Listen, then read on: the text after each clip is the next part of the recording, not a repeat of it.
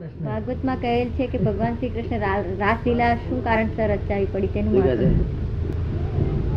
ભગવાન રાસલીલા રમ્યા નથી ને લોકો કહે રાસલીલા કૃષ્ણ લીલા રમ્યા.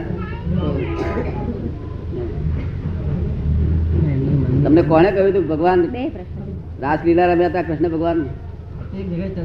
કે કાગળિયાની વાતો છે, સમજ પડી ને? યોગેશ્વર પુરુષ કેવા હતા? યોગેશ્વર હતા. કેવા? મહાન યોગેશ્વર પુરુષ. એને રાસલીલામાં લોકોએ લાવી અને પોતાનો એને જગતનો દુરુપયોગ કર્યો લોકોએ ભગવાનના નામ પર. શું કહ્યું? મહાન યોગેશ્વર પુરુષ. હા, કૃષ્ણને બે રીતે આપણે તો આરાધન કરવામાં રાખ્યું કે ભાઈ જેને જે બાળ મંદિરમાં મનુષ્યો છે, જે જીવો બાળ મંદિરના છે, એને બાળકૃષ્ણનો દર્શન કરવા. શું કે છે?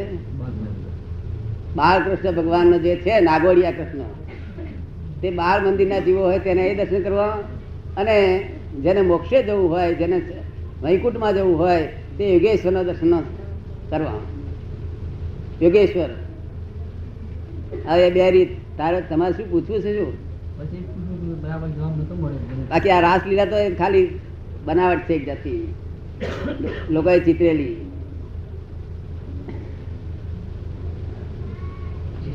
મનની શાંતિ તો આવવું હોય તો સત્સંગમાં બેસવાથી, સત્સંગમાં બે શબ્દ આરાધન કરવાથી તો થઈ જાય. નહીં તો નહીં, એમને શાંતિ થાય ને. મન સાથી અશાંત થયું છે, તપાસ કરવું પડે આપણે. એની તપાસ કરવી પડે ના કરવી પડે? કે ભણ્યા નથી તેથી તે અશાંત થયું છે, કે ભણ્યા નથી તેથી અશાંત થયું છે? એને કોઈ એ તો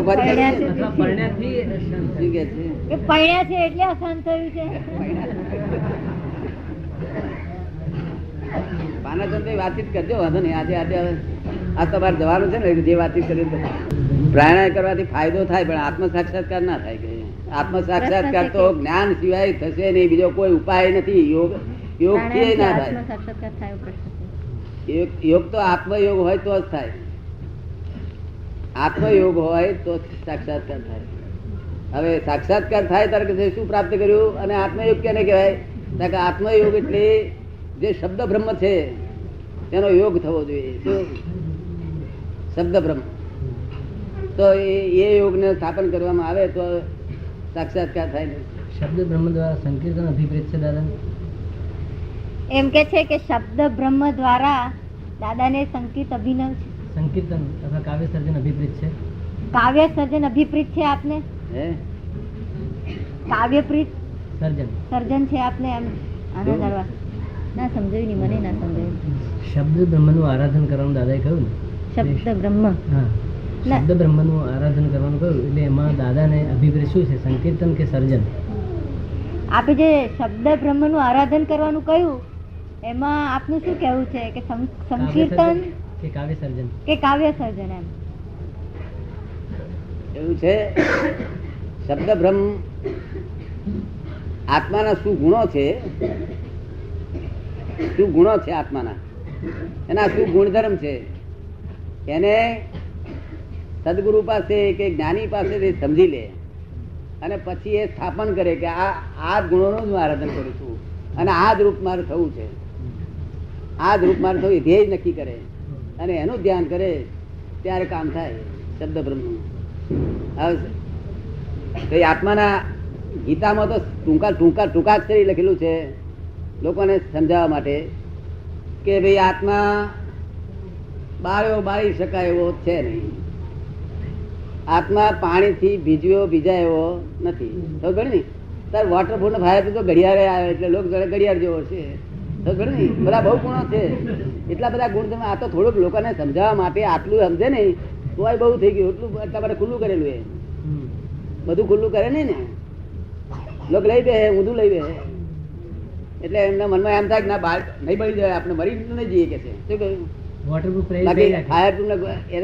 વોટરપ્રૂફ તો ઘડિયાળ આવી ગયો એટલે લોકો જાણે ઘડિયાળ જેવો આત્મા છે કે છે. આત્મા તો પરમાત્માના ગુણો છે, એ સમજે તો કામ કાઢી નાખે.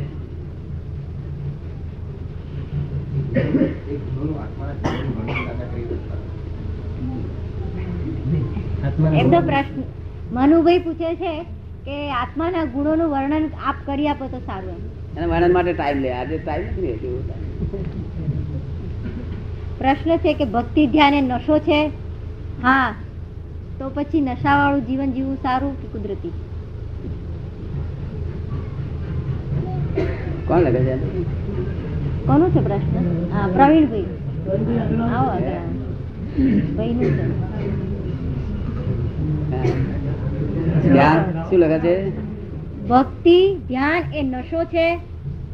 હા, તો નશાવાળું જીવન જીવવું સારું કે કુદરતી? નશો શું? કે નશાવાળું જીવન જીવવું સારું કે કુદરતી? એમ કુદરતી જીવન જીવવાનું હોય તો બહુ સરસ. આ કુદરતી રાખ્યું છે જ ક્યાં બધું? જીવન જ આ કુદરતી કર્યું છે ને. કુદરતી જીવન બહુ સુંદર જો, પણ કુદરતી રહે એવું નથી. આ હિન્દુસ્તાન કોઈ રીતે કુદરતી રહી શકે એમ જ નથી. એ આ કુદરતી થાય તો જ પ્રગતિ છે, ને પ્રગતિ નથી. એટલે અત્યારે તો ધ્યાન ને એ બધું કરજે ને ભાઈ. ધ્યાન ભક્તિ કરજો અત્યારે, એમાં એ સારું છે. અત્યારે સવારે આપે 6 પ્રકારના ભગવાનની વાત કરેલી, હા, તો એ કયા કયા છે? આ એક ક્રાઇસ્ટ ની હદમાં આવ્યા, બીજા છે તે આ પેગમ્બર ની હદમાં આવ્યા 2, અને ઉપરના 4 આપણા હિન્દુસ્તાનમાં થાય છે. આ ક્રાઇસ્ટ ની વાત મુસલમાન માને નહીં, પેલો ભગવાન છે તો એ ના માને. શું થયું? એટલે ક્રાઇસ્ટ 360 ડિગ્રીમાં 60 ડિગ્રી સુધીના માણસોને ભાઈ શકે. ફર્સ્ટ 60 ડિગ્રી આ સમજાયું? જયારે આ મુસ્લિમો 60 થી 120 સુધી નભાઈ લે. એ રીતે આપણે ત્યાં 100 ધર્મો છે, 360 સુધીના. એવું ડિવિઝન ના હોય તો લોકો પામે નહીં ને. અહીંની વાત હોય આપણે ત્યાં કહેવાય છે શું થાય? 200 ડિગ્રીની વાત હવા હોવાર પણ કહેવા જઈએ શું થાય? એટલે આ 6 ધર્મ અને 6 ભગવાન અવારનવાર આગુ બાજુ થયા કરે, પણ રહેવાના છે. મુસ્લિમો હિન્દુઓને શું કહે કે કાફીર લોકો. હવે હિન્દુઓ નથી કહેતા એ લોકો. અમારો મુસ્લિમ ધર્મ જે કોઈ નહીં પાળે એ બધા કાફીર છે એવું કહેવા માંગે છે. એટલે એમને પોતાનું જો સત્ય ના પકડાવે તો માણસ પૂરો પામે નહીં. એટલે દરેક માણસે પોતાનું સત્ય સંપૂર્ણ સ્વીકારવું જોઈએ, તો જ એમાં પૂર્ણાહુતિ થાય. એટલે ક્રાઇસ્ટ જરા ગાંઠે નહીં, આ ક્રિશ્ચનો કોઈ ગાંઠે નહીં. શું કહ્યું? તમે ગમે એટલું કહો ને કે તમે પુનર્જન્મ સમજતા નથી, તમે કશું એ ગાંઠે નહીં, બોલાય નહીં આપણાથી. માનવ ધર્મ ની વિરુદ્ધ છે કશું બોલવું છે. અમારે સહેજ પણ દુઃખ થાય એ માનવ ધર્મ ની વિરુદ્ધ છે. તમારે એન્કરેજ કરવું જોઈએ. બચ્ચા છે તો અત્યારે જે ધર્મો છે તેમાં જુદા જુદા ઈશ્વરો તરીકે પૂજાય છે. આ ઈશ્વર એક વખત તો માનવી જ હતા, પરંતુ તેમણે તે વખતે સદુપદેશ આપ્યો જે ધર્મ તરીકે ઓળખાય છે. બીજું તો કઈ નવીન નથી ને? બીજું તો કઈ નથી ને? એમણે જે ઉપદેશ આપ્યો તે જાણવું છે. શું પણ જે શું વખત જાણવું છે તારે? ધારો કે જે અનાચાર થાય છે ત્યારે વ્યક્તિ સમાજની અંદર, એ વખત જે વ્યક્તિ હોય છે એ સારો ઉપદેશ આપે છે, જે એમના લોકો ઈશ્વર તરીકે સમજે. ધારો કે અત્યારે ગાંધીજી ઉપદેશ આપે, વર્ષો પછી એમને જે સારો ઉપદેશ આપે એમને ભગવાન તરીકે જ પૂજવાના. એટલે કે ધર્મ એક એવું છે કે જે સમાજની અંદર લોકો માનવી એક સારી રીતે જીવી શકે, એ જ છે. બીજું તો કઈ છે જ નહીં. શું કે છે? હોના પ્રેમની વાત છે. શું જેને જેને જોડે પ્રેમ લગ્ન લાગી તો ભગવાન તરીકે કહે. આપણાથી એને કોઈ ના કહેવાય નહીં. દરેક ભગવાન જ છે અંદર ખાને. શું એને લગ્ન લાગી તો એની પાછળ જેને જે પૂછશે ભગવાન તરીકે તેના જેવો થશે. ખબર ને? જેને જે પૂછશે, ગાંધીજી પૂજા કરે તો ગાંધીજી જેવો થાય. સમજાય છે ને? માટે જે વાંધો શું છે તે પ્રગતિ છે, નુકસાનકારક નથી. તમને શું વાંધો આવ્યો? ધર્મ એક બીજું કઈ નથી માણસ. એટલે ધર્મ એ બીજું કઈ નહીં. આ જે લોકો ઉપદેશ આપ્યો એ જ ધર્મ થયો ને? ના, આ ધર્મ તો આ જે ચાલુ છે ધર્મ એ રિલેટિવ ધર્મ છે, રિયલ ધર્મ નથી. આ રિલેટિવ ધર્મ છે. જો ધર્મ જ નથી રિયલ. આ તો રિલેટિવ ધર્મ એટલે શું કે આ ખરાબ કામ છોડી દો ને સારું કામ નું ગ્રહણ કરો, એને ધર્મ કે છે હિન્દુસ્તાનમાં. શું કે છે? ને અને ધર્મ તો શું? પોતાનો સ્વધર્મ, એટલે આત્મા પોતાના ધર્મમાં આવે એનું નામ ધર્મ કહેવાય છે. આત્મા પોતાના ગુણધર્મમાં આવે અને આ છે તે દેહાદ્યાસ ના રહે એનું નામ ધર્મ કહેવાય છે. સમજ્યો ને? હવે એ ધર્મ તો રહ્યો નથી એટલે આ ધર્મ ધર્મ તરીકે સ્વીકાર્યો છે. તો શેના માટે કોને? સારી જોબ માટે પણ કરે. સારી જોબ મળે એટલા માટે. જવાબ શેના માટે મેળવવાની? જીવવા માટે. હે? જીવવા માટે. આર્થિક માટે આર્થિક. જીવવાનું શેના માટે? જીવવાનું શેના માટે? જન્મ્યા છે એટલે જીવવાનું તો છે જ ને. જન્મ્યા છે એટલે જીવવાનું તો છે જ ને. તો જન્મ્યા છે એટલે જીવવાનું તો કૂતરા જીવે છે, બધા જાનવર વાનવર બધા જીવે છે. પણ આ જીવવાનું શેના માટે છે એવું કઈ ધ્યેય નક્કી કર્યો છે? સારી રીતે જીવવું જોઈએ એ છે જ ને. સારી રીતે જીવવું જોઈએ એવું તો છે જ ને. સારી રીત કોને કહેવાય? જીવવાનું જીવવું સફળ છે કેને કહેવાય અને અફળ કોને કહેવાય એનો વિચાર કર્યો છે તે? જે જીવવું સફળ થાય, જે જીવવું અફળ થાય એવો કઈ વિચાર કર્યો છે? આ તો ત્યાં કહ્યું નહીં તે ત્યાં કહ્યું એના જે બદલે સિમિલી મૂકવું એની જોડે કે એક આપણે એન્જિન હોય 25 વર્ષ પરનું એન્જિન હોય એને મેં તેલ નાખ્યા કરીએ, ઓઇલ નાખ્યા કરીએ, ચલાવીને ચાલ કરે એને જોયા કરીએ આપણે, તો આ લોકોને આપણને ઠપકો આપે ખરા કઈ? ધ્યેય તો હોવું જ જોઈએ. ધ્યેય તો હોવું જોઈએ ને. હે? ધ્યેય તો હોવું જોઈએ ને. ધ્યેય હોવું જોઈએ. તો કઈ પટ્ટો આપ લોકો શું કે હું આ એન્જિન ચલાય કરશે કામનો કઈ પટ્ટો આપ તો કોઈ કામ કરાવી લે એવું આ મનુષ્ય જીવનને પટ્ટો આપવાનો છે. સમજાય છે ને? એના માટે આપણે જીવવાનું નહીં. જીવીને બધા ખાય છે, બધા જાનવરો બધા ખાય છે ને. પટ્ટો આપવાનો છે આપણે.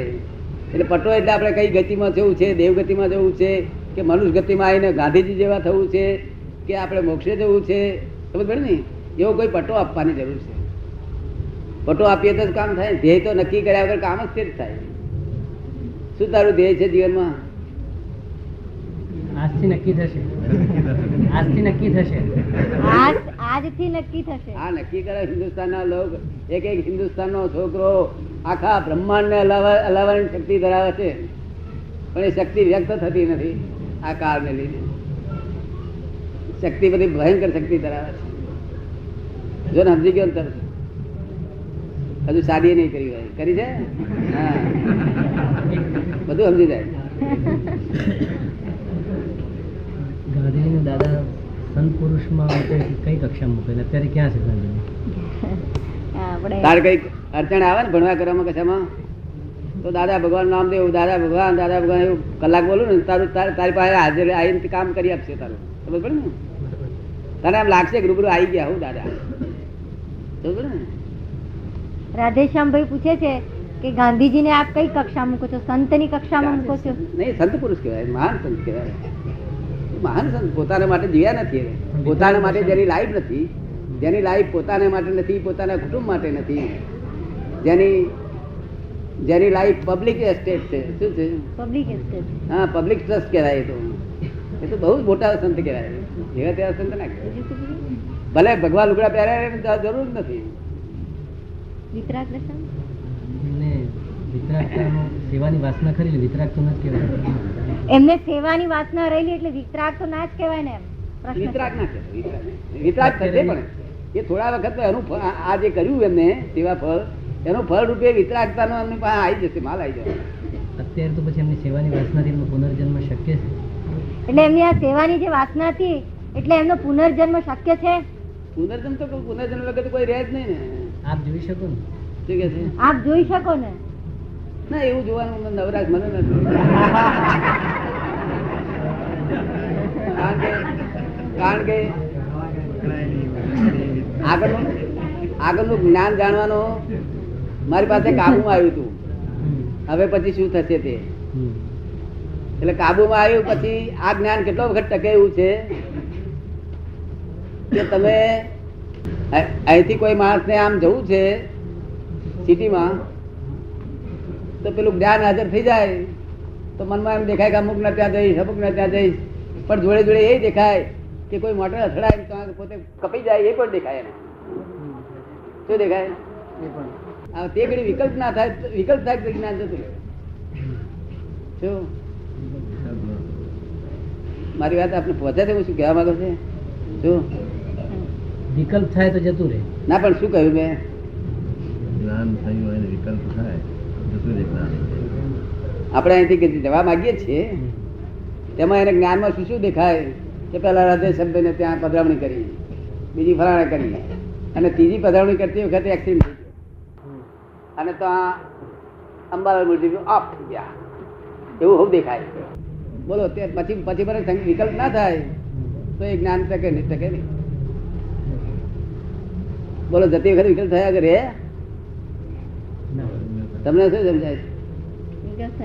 બહુ વિચારવું પડે, બીજા વિચારમાં શું કરે? નથી બેઠું મને શું કહે છે? બેઠું નથી એમ બરાબર ના આ બેઠું નથી, સમજાય? વિકલ્પ આવે છે.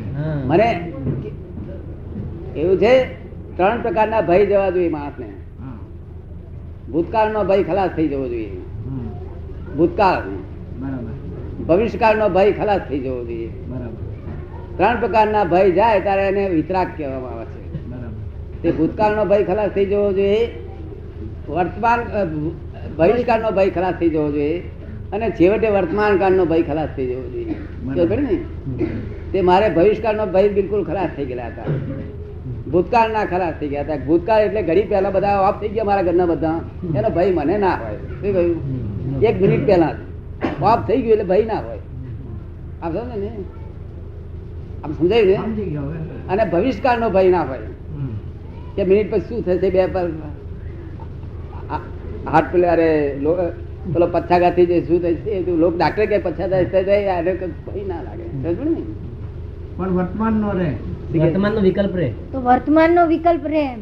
વર્તમાનમાં એ જાતે મેં જેને ટેસ્ટ લીધો હતો, નહીં તો આ જ્ઞાન મને થાત, પણ વર્તમાનનો ભય રહે છે. શું રહે છે?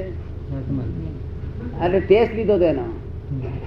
એક ડુંગળી પર ગયા હતા જ્યાં વાઘ રહેતો હતો, ત્યાં હા મેં કહ્યું હતું એ માણસોને કે ભાઈ તું મને તમને છોડીને પછી ચાલ્યા જજો હા વાઘની બોર્ડ પાસે. હા સોનગઢ ગયેલા. વડોદરા પાસે આગળ વડોદરા. એ વાઘ ડુંગરી કરીને એક ગામ છે, ડુંગર છે, એ ત્યાં ગયેલા. ત્યાં આગળ પેલા લોકો છોડીને મને ગયા. એ લોકો ના કહેતા દાદા આવું કરવા જેવું નથી કે છે. મેં પણ મારે ટેસ્ટ લેવો છે, કેટલો તાવ ચડ્યો કેટલો ઉતર્યો તો ખબર પડે ને. થર્મોમીટર મેલીએ તો ખબર પડે, બરાબર થર્મોમીટર ના મેલીએ સીધ ખબર પડે. બરાબર. તમે સમજ પડે ને?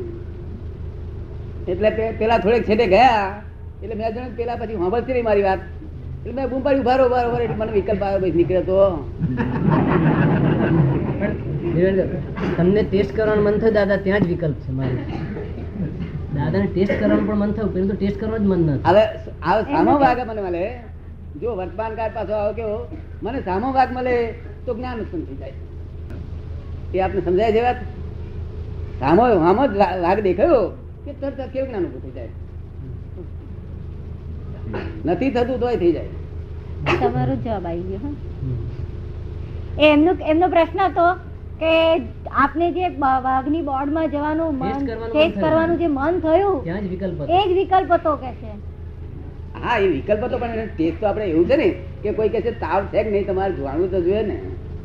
તો દરેક ભય ના હોવા જોઈએ, ભય કોઈ પણ પ્રકારનો. આ તો તેદાડ અમે 2500 રૂપિયા કરેલો પ્રયત્ન, અત્યારે કેમ છે મને ખબર નથી, અત્યારે હું ધ્યાને નહીં રાખતો. તો ખબર ને?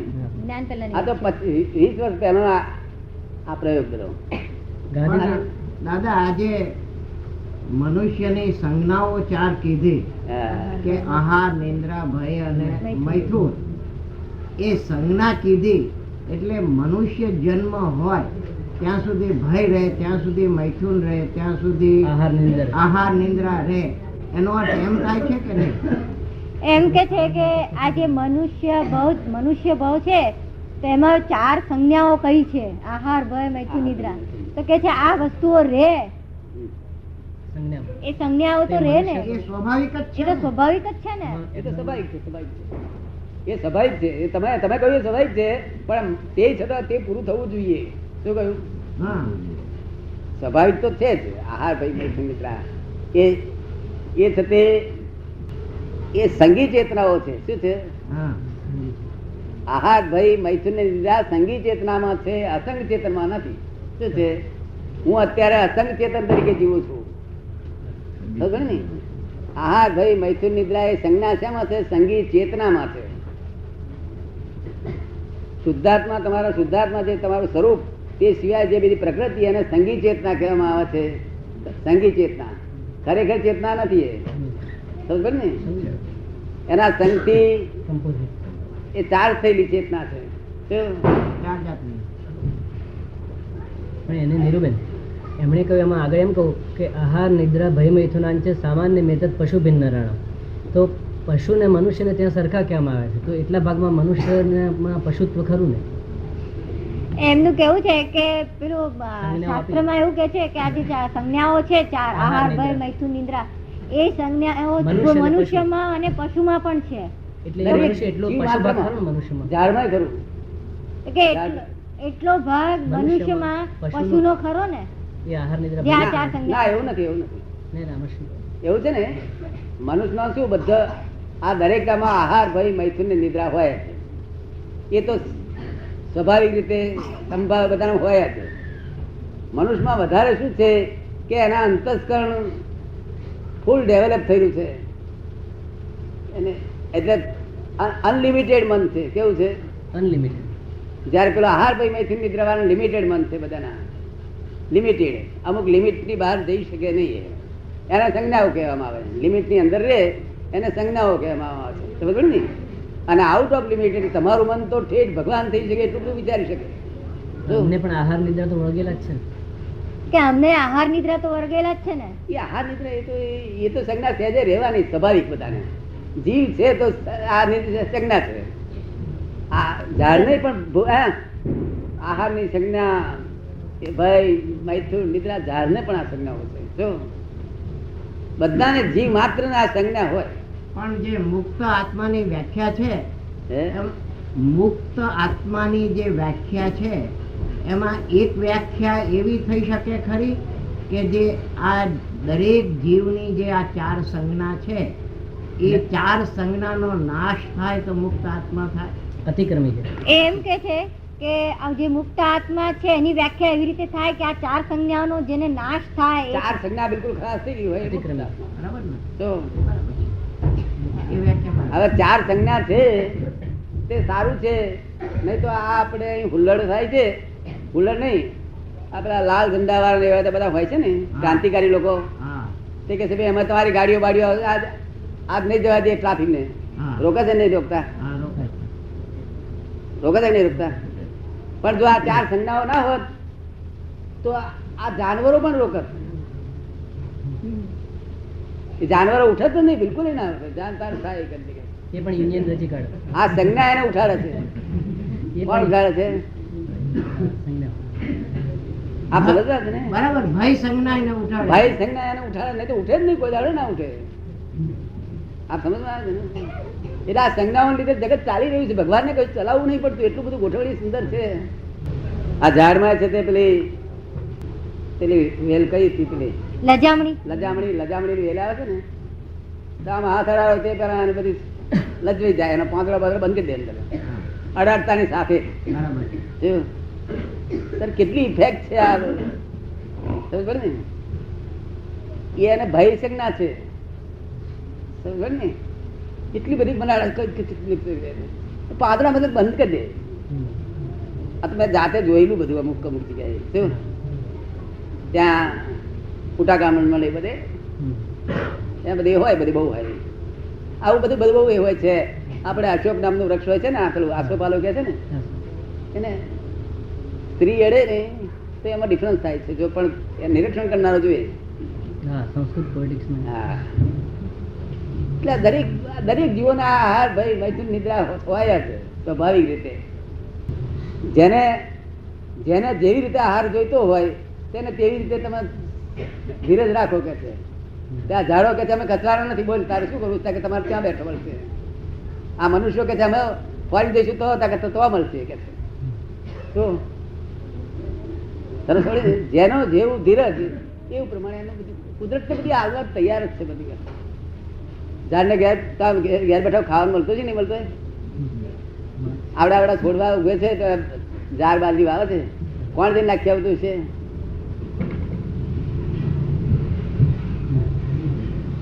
દરેક છોડવાને પોષણ પોષણ શું. અને લોક કે છે તો આ દુષ્કાળ પડે છે તારે કેમ થાય છે તે જોડવા? તમે કહે તો એવું છે ને કે દુષ્કાળ ના હોય ને તો આ મનુષ્યો આ અમદાવાદ શહેરને તો મારી ગોરીઓ મારી ધમકાડી નાખે. આ લોકો હિન્દુ આ ગામડાના લોકો ને તે વકરે શું થાય, બંદૂકો લઈને મારી નાખે લોકોને. પણ એ 2-3 વર્ષે દુષ્કાળ આવે તે ગણે રાખે કુદરત, નહીં તો વકરી જાય બધું. આપણે સમજાય છે વાત? માણસ વકરેલો માણસ કેવો થઈ જાય? ઈરાનમાં ધરતીકંપે થાય છે. શું કહે છે? ઈરાનમાં ધરતીકંપે થાય છે. હે? ઈરાનમાં ધરતીકંપ પણ થાય છે. ધરતીકંપ વસ્તુ જુદી છે અને આ વકરેલા માણસો માટે આ છે તે. આપને સમજાયું? વકરેલા શબ્દ સમજાયો? બહુ બરાબર સમજાયેલો, વપરાય જ છે ગુજરાતમાં, બહુ કોમન છે. બહુ કોમન શબ્દ. તાર કાઠિયાવાડી ભાષા શું કે છે? કાઠિયાવાડમાં વપરાયેલો કે શું કે છે? કાઠિયાવાડમાં વકરેલો કે છે. જે વકરેલો હોય ને તે ભેંસના ભાઈ જેવો હોય. કેવો હોય? પણ દાદાજી આજે આપ વ્યવસ્થિતની જે વાત કરી એમાં કુદરતમાં કોઈ વાર વ્યવસ્થિતપણું ઘટતું હશે, અગર વધતું હશે, એવું બનતું હશે કળિયુગના હિસાબે? આપ જે વ્યવસ્થિતની વાત કરો છો હા. એમાં આ કુદરતમાં કઈ ઘટતું હશે, વધતું હશે, આ કળિયુગને હિસાબે કઈ એવું બને ખરું? શું થાય છે? આ વ્યવસ્થિત આપ જે કહો છો, હા, હા. પણ આ કળિયુગ છે તો એ કળિયુગને કારણે આ કુદરતમાં કઈક વધઘટ થતી હશે આ વ્યવસ્થિતમાં? ના, વધઘટ ના થાય. વ્યવસ્થિત ત્રણેય કાળ સરખું જ રહે છે. ત્રણેય કાળમાં છે. હા, એમાં વધઘટ ના થાય. વ્યવસ્થિત આપણે શું કહેવા માંગીએ છીએ કે તું શું કાંઈ ઇગોઇઝમ કરે છે? તું શા માટે સ્પંદન કરું છું? આ મન વચન કાયા એ વ્યવસ્થિત ને તાબે જ છે. અને વ્યવસ્થિત ના એની પ્રેરણાથી જ આ મન વચન કાયા ચાલી ગઈ છે. પેલો કે છે મેં ચલાવ્યું, હું. તું આમાં સ્પંદન કરવાની જરૂર નથી. તું તારા સ્વરૂપમાં રહે. હવે શું કહેવા માંગુ છું? વ્યવસ્થિતમાં વ્યવસ્થિત તાબે છે બધું, અને વ્યવસ્થિત જ બધું ચલાવી રહ્યું છે. વ્યવસ્થિત જ ચલાવે છે, વ્યવસ્થિત જ રહે છે. પણ એ જ્ઞાન છે આ લોકોને અપાય એવું નથી. કારણ કે જ્યાં સુધી સ્વરૂપનું જ્ઞાન ના હોય, જ્યાં સુધી સ્વરૂપ છે એવું નક્કી ના થાય ત્યાં સુધી એ જ્ઞાન આપીએ તો આની બારનું વ્યવસ્થિત કે એટલા સમજો ને. એટલે હું સુઈ રહ્યો કે છે કશો વાંધો નથી કે છે. એટલે અવરા ભાવ કરે એને આવતો બહુ બગડે, આ ભાવમાં ના બગડે, આ ભાવમાં ના બગડે એવું વ્યવસ્થિત છે. એ બહુ સમજવા જેવી છે વાત, બહુ ઊંડી છે. ના પણ એ બરાબર, આપની વાત બરાબર, પણ હું જ્યારે- એ કહેવા માંગતો હતો જયારે યોજના ઘડાય છે, યોજના ઘડાય છે ત્યારે એ અવસ્થિત થાય છે. શું થાય છે? અવસ્થિત. જે અવસ્થામાં તન્મયાકાર થયો તે વખતે અવસ્થિત નામની યોજના ઘડાય છે. અને તે ત્યાર પછી કુદરતના મિક્સર થઈને આવે છે ને રૂપકમાં આવે છે ત્યારે વ્યવસ્થિત હોય છે. એટલે જે તમારી યોજના ઘડી છે તે જ આ રૂપકમાં આવે છે, એ જ વ્યવસ્થિત છે. માટે ગભરાવાનું કોઈ કારણ, આની યોજના થઈ ગયેલી છે. બરોબર ને? પણ મારો પ્રશ્ન એ હતો હે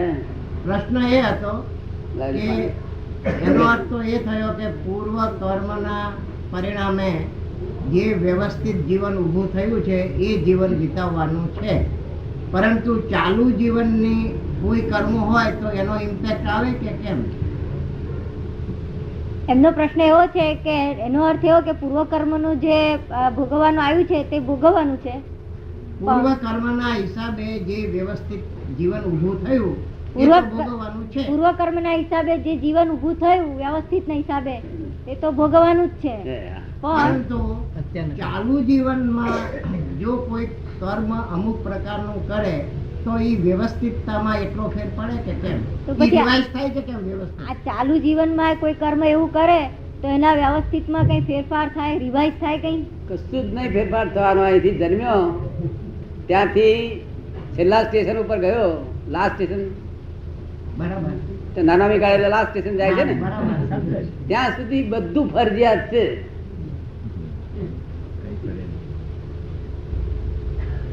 અને મરજિયાત માને છે તે ભ્રાંતિ છે. મરજિયાતી ભ્રાંતિ છે. મરજિયાત માન્યું એટલે ભ્રાંતિ છે. ફરજિયાત કર્યા વગર ચાલે જ નહીં એવું છે. કારણ કે એ ડિઝાઇન થઈ ગયેલી છે, એ યોજના ઘડી ગયેલી છે ને એ યોજના રૂપકમાં આવી છે આખી લાઈફમાં. ઘડેલી યોજના પ્રમાણે જ થયા કરવાનું છે, એમાં કઈ ફેરફાર થવાનો નથી. રૂપકમાં એના તે ફરજિયાત છે, પણ તમે ફેરવવા માંગો કશું ફરે. નહીં. અને આમાંથી તમે જે સ્પંદન કરો છો, સ્પંદન તમે જે ઇગોઇઝમ કરો, બીજા સ્પંદન કરો, તેનાથી નવી ઊભી થાય છે, નવા પઝલ ઉભા થાય છે. આવતો બહુ પાછો શરૂઆત કરે છે પોતે.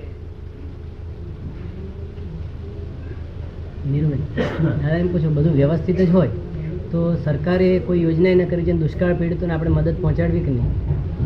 કારણ કે જો વ્યવસ્થિત હોય તો દુષ્કાળ પીડિતોને મદદ પહોંચાડવાની કોઈ જરૂર ન રહે. એ એમના રાધેશ્યામભાઈ પૂછે છે કે જો બધું વ્યવસ્થિત હોય તો આજે દુષ્કાળ પડે છે અને પીડિતો છે વ્યવસ્થિત છે. નહીં, તો એમના એમને માટે પછી આપણે મદદ પહોંચાડવી જ ના જોઈએ ને. એમાં ઇગોઇઝમ આવે. આપણે મદદ પહોંચાડી ના મદદ જોઈએ. પહોંચાડે છે તે વ્યવસ્થિત છે. આ ના જો મદદ ન પહોંચાડવી જોઈએ એ અહંકાર છે. મદદ પહોંચાડવી એ અહંકાર છે. મદદ પહોંચે છે વ્યવસ્થિત છે. અને સરકારી મદદ ના કરવી જોઈએ તેને અહંકાર કહેવામાં આવે છે. મદદ કરવી જોઈએ તેને અહંકારમાં આવે છે. મદદ પહોંચે વ્યવસ્થિત પહોંચાડે છે. પણ ગવર્મેન્ટ જેવું ઓર્ગેનાઇઝેશન હોય એને ક્યાં ઇગોઇઝમ હોય? ગવર્મેન્ટ ઓર્ગેનાઇઝેશન હોય, પ્રોજેક્ટ કે પ્લાન કરે, ધારો કે ગવર્મેન્ટ Poverty કોઈ reduction. પ્રોજેક્ટ કરે, પ્લાન કરે, તો એમાં ક્યાં ઇગોઇઝમ આવ્યો? ઓર્ગેનાઇઝેશનમાં ક્યાં એમાં. ઇગોઇઝમ આવે? કોઈ ગવર્મેન્ટ કોઈ પણ ઓર્ગેનાઇઝેશન કરે પ્લાન દુષ્કાળ માટે, દુષ્કાળ પીડિતો માટે, માટે. હા, તો કે છે કે પણ એ વ્યવસ્થિત છે. મારું કહેવાનું વ્યવસ્થિત જ છે. આ બધું વ્યવસ્થિત જ કરાવે. ગવર્મેન્ટ ને કોણ આ કોણ પ્રેરણા કરે છે? આનો પ્રેરક કોણ છે? તો વ્યવસ્થિત છે. તો એટલે બધું એને મેં પ્રમાણસર બધું થઈ જ રહે છે. તમારે આ કહેવાનો વ્યવસ્થિત ના અર્થ શા માટે છે? વ્યવસ્થિત ની જરૂર છે કે છે? ફોરેન ના લોકોને વ્યવસ્થિત ની જરૂર નથી.